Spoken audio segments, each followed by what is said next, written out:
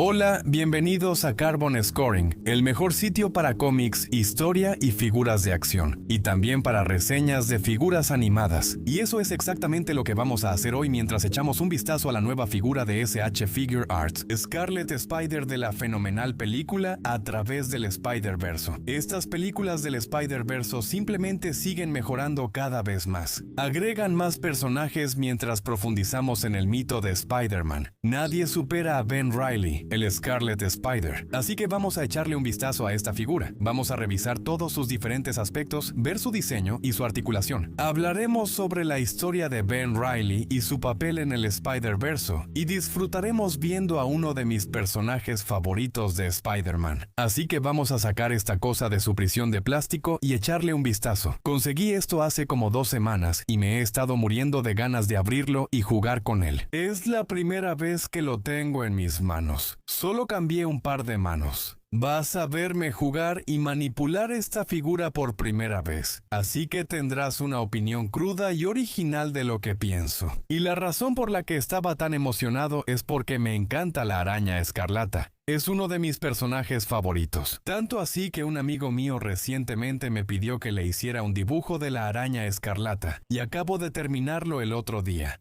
Tanto así que mi primera carta que se publicó en Amazing Spider-Man fue en este número, el número 413, donde escribí una carta en defensa de Ben Reilly como personaje. Sí, ahí estoy, escribí mal mi apellido. La B debió ser mayúscula. Aquí está mi primera carta publicada en Amazing Spider-Man. No busquen esa dirección, ahora es un estacionamiento.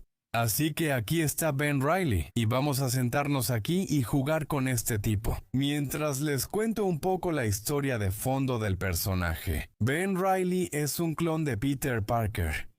Es un clon de Spider-Man. Esto viene del número 149 de Amazing Spider-Man de 1974 o 1975. En ese número, el escritor Jerry Conway buscaba crear algún tipo de nuevo drama, algún nuevo giro en el cómic. Tomó al profesor Miles Warren, uno de los maestros universitarios de Peter, obsesionado con Gwen Stacy. Stacy, desafortunadamente, había sido asesinada por el Duende Verde en el número 121. Aunque, ya sabes, en uno de los globos de diálogo más desgarradores en toda la historia de los cómics, tú decides si fue el Duende Verde quien la mató o si en realidad fue Peter quien la mató. Pero dicho eso, la obsesión del profesor Warren con Gwen lo llevó a descubrir la identidad secreta de Peter y luego a clonar tanto a Peter como a Gwen. Y así, en el número 149, Spider-Man y su clon tuvieron una batalla básicamente a muerte y un Spider-Man salió victorioso. El otro fue arrojado a una chimenea y nunca más se supo de él. Durante unos 20 años, a mediados de los 90 como en el 94, la oficina de El Hombre Araña tenía problemas con el personaje. Sabes, él había alcanzado grandes éxitos durante la era de Todd McFarlane. Eso le había dado mucha energía y mucha creatividad de vuelta al título. Pero después de que McFarlane se fue y ayudó a cofundar Image Comics y lanzar Spawn, el Hombre Araña simplemente estaba dando vueltas en círculos. Ya sabes, realmente no salían grandes ideas nuevas de la oficina de El Hombre Araña. El personaje parecía aburrido y plano, y los editores decían que era por su matrimonio con Mary Jane. Creían que eso envejecía al personaje y le quitaba juventud y dinamismo. Así que idearon el plan de traer de vuelta al clon de Peter Parker. Bueno, ya sabes cómo lo iban a hacer. Bueno, alrededor del número 400, la tía May acababa de sufrir un derrame cerebral. Y básicamente mataron a la tía May en el número 400. Una de las historias más conmovedoras y grandiosas de El Hombre Araña. Ahora, obviamente, desde entonces lo cambiaron y la tía May ha vuelto a la vida. Pero esa fue una historia hermosa y bien hecha. Un gran final para May Parker. ¿Pero qué hizo eso? Cuando May se enfermó y fue al hospital y parecía que estaba a punto de morir, el clon se enteró. Así que el clon había estado viviendo solo, como en el oeste, durante los últimos 5 años. Ese fue el tiempo real entre los cómics 149 y 400. Unos 5 años.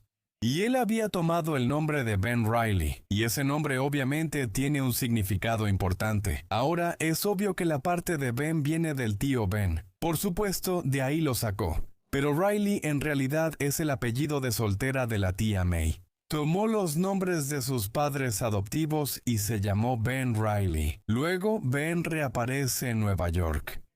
Quiere ver a la tía May antes de que muera, y de repente empiezan las travesuras. Él tiene una especie de altercado con Peter, y luego decide que va a retomar la lucha y convertirse en un superhéroe de nuevo. Así que recuerda, este tipo es Peter Parker. Tiene todos los recuerdos de Peter Parker. Tiene todos los poderes de Peter Parker. Así que cuando decide tomar el manto de araña escarlata, simplemente usa un traje rojo y esta sudadera desgastada aquí. Así que el traje en sí fue diseñado por el artista Tom Lyle. Todos los que trabajaban en los cómics de Spider-Man enviaron diseños, y el de Lyle fue aprobado por unanimidad como el mejor, y realmente representa ese estilo de 1994. Tuve la suerte de estar en la universidad a principios de los 90 totalmente metido en la escena grunge. Ese fue el momento clave de mi época universitaria. Nunca olvidaré que el verano antes de ir a la escuela, fue cuando los discos Nevermind de Nirvana y Ten de Pearl Jam llegaron a las listas de popularidad. Así que esa era del grunge de Seattle, mira, realmente definió mi juventud. Y este disfraz, ya sabes, captura no solo eso, sino también los movimientos importantes que estaban ocurriendo en los cómics en ese momento. La sudadera está rota, tiene la capucha, las mangas arrancadas y está cortada a la cintura. Simplemente evoca esa escena grunge y esa sensación grunge, pero también se siente ese ambiente super noventero, con todos los bolsillos y las almohadillas y el cinturón de herramientas y todo por fuera, que simplemente grita esa imagen. Rob Liefeld era común en esa época. Spidey siempre ha tenido tecnología, incluso. Spider-Man lleva un cinturón con su cámara, rastreadores y cartuchos extra de telaraña. Normalmente dibujan que no lleva nada bajo el traje, pero sí tiene un cinturón debajo. Para Ben Reilly, todo está por fuera. Los lanzatelarañas, esos bolsillos pequeños cuyo contenido desconozco. Quizá mentos, no lo sé. Y su cinturón siempre visible. Así que es muy indicativo no solo de la época que se vivía en la cultura en ese momento, sino también de lo que estaba pasando en los cómics. Se ha vuelto un aspecto clásico. Lyle eligió su propio diseño para los ojos. Obviamente, Todd McFarlane había remodelado el aspecto de Spider-Man y puso los ojos gigantes en primer plano. Pero cada artista posterior le puso su propio sello a los ojos. Y el estilo de Tom Lyle era muy angular, así que puedes ver ese punto afilado. Ángulos realmente marcados por todos lados. McFarlane, en sus primeras versiones de la máscara de Spider-Man, hacía un ojo más grande y redondo. El de Lyle tiene más ese estilo angular, que es la apariencia definitiva de Scarlet Spider. Esta figura de Scarlet Spider está genial. No es una versión de cómic, es de a través del Spider-Verso, y eso es lo que estamos viendo con esto, así que realmente no. Es difícil compararla con figuras recientes de Scarlet Spider, ya que no fue diseñada para eso. Está pensada para verse como él se veía en la pantalla en A través del Spider-Verso. Y por supuesto, Spider-Verso tenía muchos estilos de arte diferentes. Quiero decir, la apariencia de Miles es increíblemente diferente a la de, por ejemplo, Spider-Punk. Ya sabes, todos ellos simplemente y todos coexisten juntos. Scarlet Spider buscaba ese aspecto de cómic, como si saliera directamente de sus páginas. Y por eso obtienes esta forma pesada de concha, sombreado de celda. Ella vende conchas en la orilla del mar para ganar dinero para el sombreado de celda, lo cual es sumamente difícil de decir frente a la cámara, y también es difícil de lograr en una figura de acción. Porque, mira, aquí en su tríceps es mucho más brillante que en su deltoides, y ambas están justo juntas. Entonces, ¿por qué pasa de ser súper negro ahí a desvanecerse un poco y luego volver a ser negro aquí? Aunque estires el brazo y lo pongas recto en el codo, no coincide. No es fácil de lograr, y entiendo que no quieras que todo sea negro plano, ya que perdería textura. Agregar brillos y tramado cruzado junto con líneas cruzadas realmente funciona bien y definitivamente recuerda a cómo se dibujaba a este personaje en los libros en ese entonces. Pero también es difícil de lograr, y no soy alguien a quien realmente le encanten las figuras con sombreado tipo Zelda para empezar, pero le daré crédito por ser lo que es. Realmente puedes verlo en la máscara, donde una combinación de diferentes degradados de pintura, junto con el rayado cruzado, le da ese efecto de apertura donde estaría la boca. De nuevo, la luz brilla desde esa dirección y crea el círculo, dando el aspecto redondeado a su cabeza. De hecho, eso está muy bien, es caricaturesco y preciso con lo que vimos en pantalla. También me encanta lo animados que se ven el cinturón y los lanzatelarañas. ¿Sabes? Parecen dibujados más que intentar verse realistas. Parecen animados, lo cual es genial, pero aquí abajo es más común. Pero el sombreado y el tramado vuelven a resaltar ese aspecto pseudocómic animado. Hay algunas selecciones extrañas. La rodilla, incluso en su doblez, muestra un trabajo de pintura distinto. Y eso de hecho sí hace una mejor transición aquí abajo hacia la pantorrilla. Y me gusta cómo está ese sombreado en la pantorrilla. Así que en general, en cuanto al diseño, sin duda destaca. Quiero decir, vas a ver esto y vas a reconocer que es diferente al resto de tus arañas escarlata. Creo que la araña escarlata de Mafex está en mi exhibición del Spider-Verse ahora. Voy a quitarla y poner a este tipo porque tiene la vibra única de a través del Spider-Verse, lo que creo que vale mucho. Así que ahora que ya repasamos un poco la historia del personaje y también hablamos un poco de dónde vienen los orígenes del traje. Vamos a ver la figura en sí y vamos a ir pieza por pieza revisando la articulación. Y esta es una figura articulada bastante estándar de SH Figuarts. Como pueden ver, al manipularla se mueve muy bien. A diferencia de Marvel Legends, el plástico es más firme. Marvel Legends tienden a ser de un plástico un poco más gomoso. Este es mucho más firme, lo que lleva a una articulación mucho más suave. Pero no está flojo, aún así mantiene su posición muy bien, solo cambia el tipo de dureza del plástico que usan. Tienes una buena bola articular en la cabeza combinada con otra en el cuello. Puedes hacer que sobresalga hacia adelante o atrás y mire hacia abajo o arriba. Bastante decente. Bien, disculpa por eso. Normalmente trato de grabar todas estas cosas en una sola toma para que obtengas una versión completamente sin adulterar de lo que pienso de las figuras. Pero mis sentidos arácnidos empezaron a hormiguear porque podía escuchar gente gritando en el fondo, así que tuve que ir a ver qué estaba pasando. No se preocupen, se evitó el desastre, pero este es un buen momento para avisarles eso.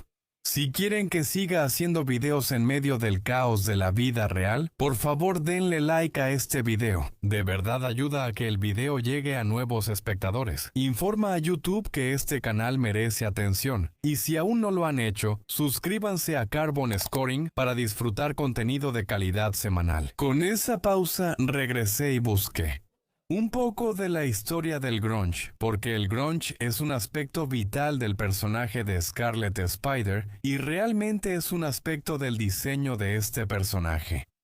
Siempre pensamos en el grunge como la descripción de los sonidos y la música que salían de Seattle a finales de los 80 y principios de los 90, y así es como se ve. La primera referencia al grunge fue de, creo, Los Melvins, un álbum de los Melvins que fue lanzado por la discográfica. Sub Pop era la discográfica de Seattle que firmó a casi todas esas grandes bandas tempranas, ya sabes, Mudhoney, y obviamente Nirvana y todos esos tipos. Y era para describir algo sucio, grunge, algo repugnante, como ese sonido realmente áspero. Y parte de eso es porque era realmente caro si vivías en el noroeste del Pacífico, ir hasta Los Ángeles y entrar a un estudio de grabación profesional. La alternativa era con Sub Pop, pero el equipo y la calidad de sonido no eran tan buenos. Así que la música simplemente salía como áspera, salía cruda, salía sucia, tenía un sonido como grunge. Y eso terminó describiendo toda la escena que salió de la escena musical de Seattle en ese tiempo. Y es interesante porque sin duda aplica. Hay muchos sonidos fuertes, ya sabes, como grunge, a lo largo de eso. Pero ya sabes, las tres grandes bandas que se asocian con Seattle en esa época tenían estilos muy diferentes. Nirvana era básicamente una banda punk, sus raíces estaban en ese género. Mientras que Soundgarden se inclinaba mucho más hacia el metal, hacia la música heavy metal, mientras que Pearl Jam era mucho más como rock clásico. Así que, aunque vinieron del mismo lugar y definitivamente tenían influencias similares y todos de alguna manera iban juntos, hubo muchos estilos diferentes que surgieron. Y como un paralelo, creo que eso es lo que han logrado en las películas del Spider-Verse y no puedo esperar para ver Más allá del Spider-Verse. Por fin tenemos fecha de estreno para Más allá del Spider-Verse. Llegará en julio de 2027. Tendremos 2 veranos seguidos con películas de Spidey. Acaba de salir el tráiler de Spider-Man Un Nuevo Día, que se estrena a finales de julio del 26, y luego podemos esperar nuestra tercera y última entrega en lo que realmente ha sido la mejor trilogía de Spider-Man de todos los tiempos, con la trilogía del Spider-Verse. Así que, ya sabes, y yo anticipo, aunque Scarlet Spider solo tuvo un pequeño cameo con la actuación de voz de Andy Samberg en la primera y en A través del Spider-Verse, creo que tendrá un papel más grande en la próxima, lo cual sería genial. Supongo que debe decir Scarlet Spider, pero me encantaría verlo con ese traje. Mark Bagley diseñó el traje de Spider-Man. Ese es uno de los pocos trajes de Spidey que creo que está a la altura del diseño original de Steve Ditko. El traje de Spider-Man de Ben Reilly, diseñado por Mark Bagley. Vemos a Scarlet Spider. Ya mencionamos la articulación de la cabeza. Los hombros son interesantes porque tienes los jirones de su sudadera y crearon una articulación de mariposa ahí, donde ese jirón está en una articulación separada. Así que puedes ver que se mueve hacia adelante, solo avanza un poco y solo retrocede hasta ahí. La bola del hombro es una articulación aparte de la mariposa. Lo mismo ocurre con la sudadera y funciona igual en ambos lados. Puedes llegar más o menos hasta ahí, que si estiras sus brazos, pueden juntarse un poco. Pero no se cruzarán mucho porque no tienes tanto movimiento con ellos. La capucha de la sudadera sí limita lo que tenemos en el diafragma ahora. Hay una articulación de bola aquí en la cintura, pero no hay flexión aquí. Esto es porque eligieron la sudadera de plástico, que considero la mejor opción para esta figura. Hemos tenido figuras con sudaderas de tela que, creo, se ven muy bien. Quiero decir que es la Mafex la que en realidad tiene un alambre en la capucha para que puedas ponerla arriba o abajo. También te permite jugar con esa dinámica. Este plástico duro y el sombreado tipo Cell son la mejor opción para este diseño, aunque limite lo que hay. Tienes codos dobles perfectos, suaves y sin pines, muy bonitos. La mano se encaja, así que veremos algunas manos alternas. Se mueven hacia arriba y hacia abajo, de lado a lado, por todos lados, en ambos lados. Las caderas ahora están bastante bien disimuladas. SH Figure Arts tiene la estructura de articulación de cadera más única. Desde aquí o en una pose se ve muy bien, porque sí oculta mejor la articulación de la cadera que las clásicas Marvel Legends. Pero si lo volteas, obtienes estas articulaciones traseras súper extrañas que, ya sabes, con el sombreado tipo Cell se ven aún más raras. Como, ya sabes, ese músculo glúteo se mueve hacia arriba y hacia abajo, e incluso se deslizan, ya sabes, puedes hacer que se deslicen hacia arriba y hacia abajo. Es tan extraño, es un mecanismo tan raro que tienen con esto.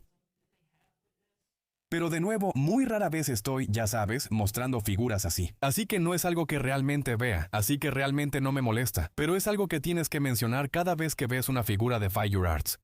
Lo mismo para nuestras rodillas dobles, prácticamente hasta los 90 grados y de nuevo, simplemente suave como mantequilla, realmente agradable.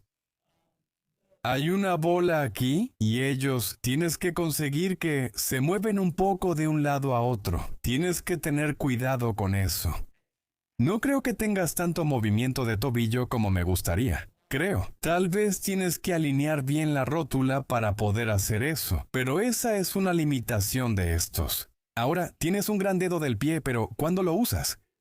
Sé que todos se emocionan mucho por tener estas articulaciones en los dedos de los juguetes, pero digo, ¿cuándo realmente haces eso? A menudo es difícil lograr que se mantengan de pie, aunque entiendo que busques una pose usando esa articulación del dedo como apoyo. Prefiero que el tobillo se mueva mejor hacia adelante y atrás. ya que así es más fácil ponerlo en una postura amplia. Y poder mover esos tobillos hace que tu figura, ya sabes, sea mucho más estable con eso. Así que, de todos modos, todo es dar y recibir. Ganas fluidez y mejores articulaciones, pero sacrificas algo de articulación. Además, los tobillos son muy pequeños. Las figuras de Figure Arts no son tan frágiles como las de Mafex. Dios mío, la cantidad de pequeños y diminutos pasadores que he roto en las articulaciones de Mafex, eso sí que parte el corazón. Aún así, debes tener cuidado al cambiar de mano. Por eso elegí una para trepar paredes. Puedes ver los dedos en posición de presión y luego las manos abiertas. Hay más accesorios, así que veamos algunos. Aquí está la bandeja que nos dieron con 2 manos lanzatelarañas. Los puños venían puestos en la figura desde el empaque. Esa es la otra mano para trepar paredes. Esa es la otra mano abierta. Y luego tienes unas manos para columpiarse con la telaraña. Sé que esas parecen como si estuvieran haciendo un pulgar arriba, pero en realidad están diseñadas para usarse con las telarañas, el lanzatelarañas. Así puedes ponerlo como si estuviera balanceándose, y para eso son estas manos. Entonces, 1, 2, 3, 4, 5 juegos diferentes de manos. 6 juegos diferentes de manos, bastante genial. También está el comunicador, ese dispositivo de holograma 3D que en el Spider-Verso usaban para viajar y comunicarse entre dimensiones. Y también tienes estos accesorios estándar de telaraña.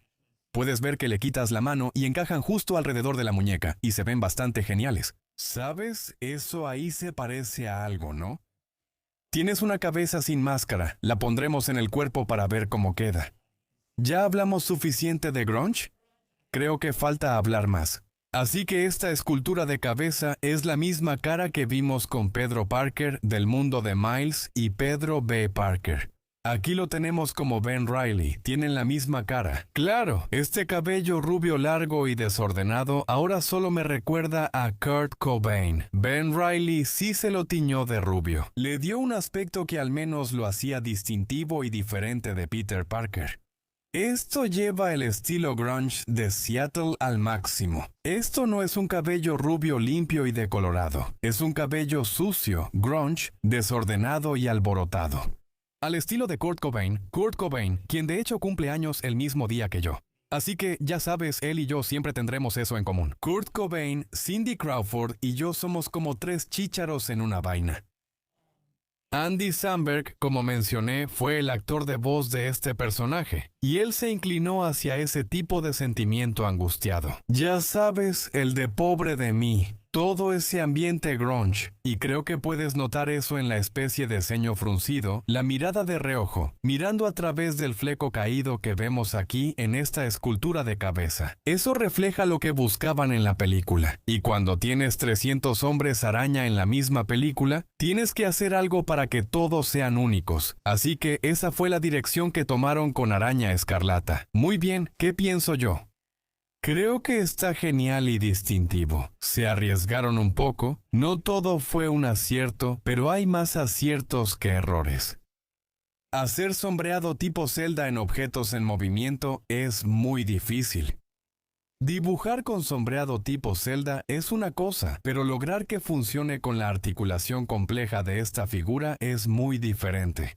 Creo que la forma en que sobresalen los hombros y cómo funciona la sudadera desgarrada le da una silueta diferente a la de un Spider-Man típico. Creo que por la sudadera con capucha, los hombros parecen más anchos. Se verá distinto a otros Spider-Man de SH Figuarts o Mafex, aunque estén en la misma exhibición. Este tipo va a tener una forma un poco diferente, lo que van a hacer que destaque, pero sigue siendo ese Spider-Man delgado y atlético. Me encanta el aspecto animado del cinturón y los lanzatelarañas. Está increíble y no omitieron ningún detalle. Ya sabes, tienes las pequeñas bolsas, tienes su cámara con el logo de Spider-Man aquí. Y creo que lo que hicieron con la cabeza, con la combinación de sombreado, tramado y líneas de entintado funciona. Creo que eso funciona realmente bien. Tiene el tipo de accesorios que esperarías de una figura de importación. Ya sabes, me gusta que las pequeñas cuerdas estén ahí para su capucha. Creo que en general esto está muy bien hecho para una versión distintiva y única de este personaje. Ahora, esto no va a ir en tu exhibición de Marvel Legends. Esto no va a funcionar con esas otras figuras. Ya tenemos un Scarlet Spider reciente muy bueno, así que no lo necesitas. Creo que se verá muy bien y destacará en mi exhibición y estante del Spider-Verse, diferente a los demás que tengo. Eso lo mejora aún más.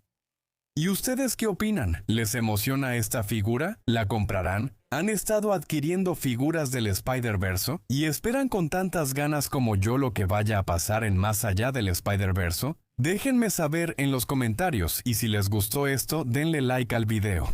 Y como siempre, para lo mejor en cómics, historia y figuras de acción, suscríbanse a Carbon Scoring.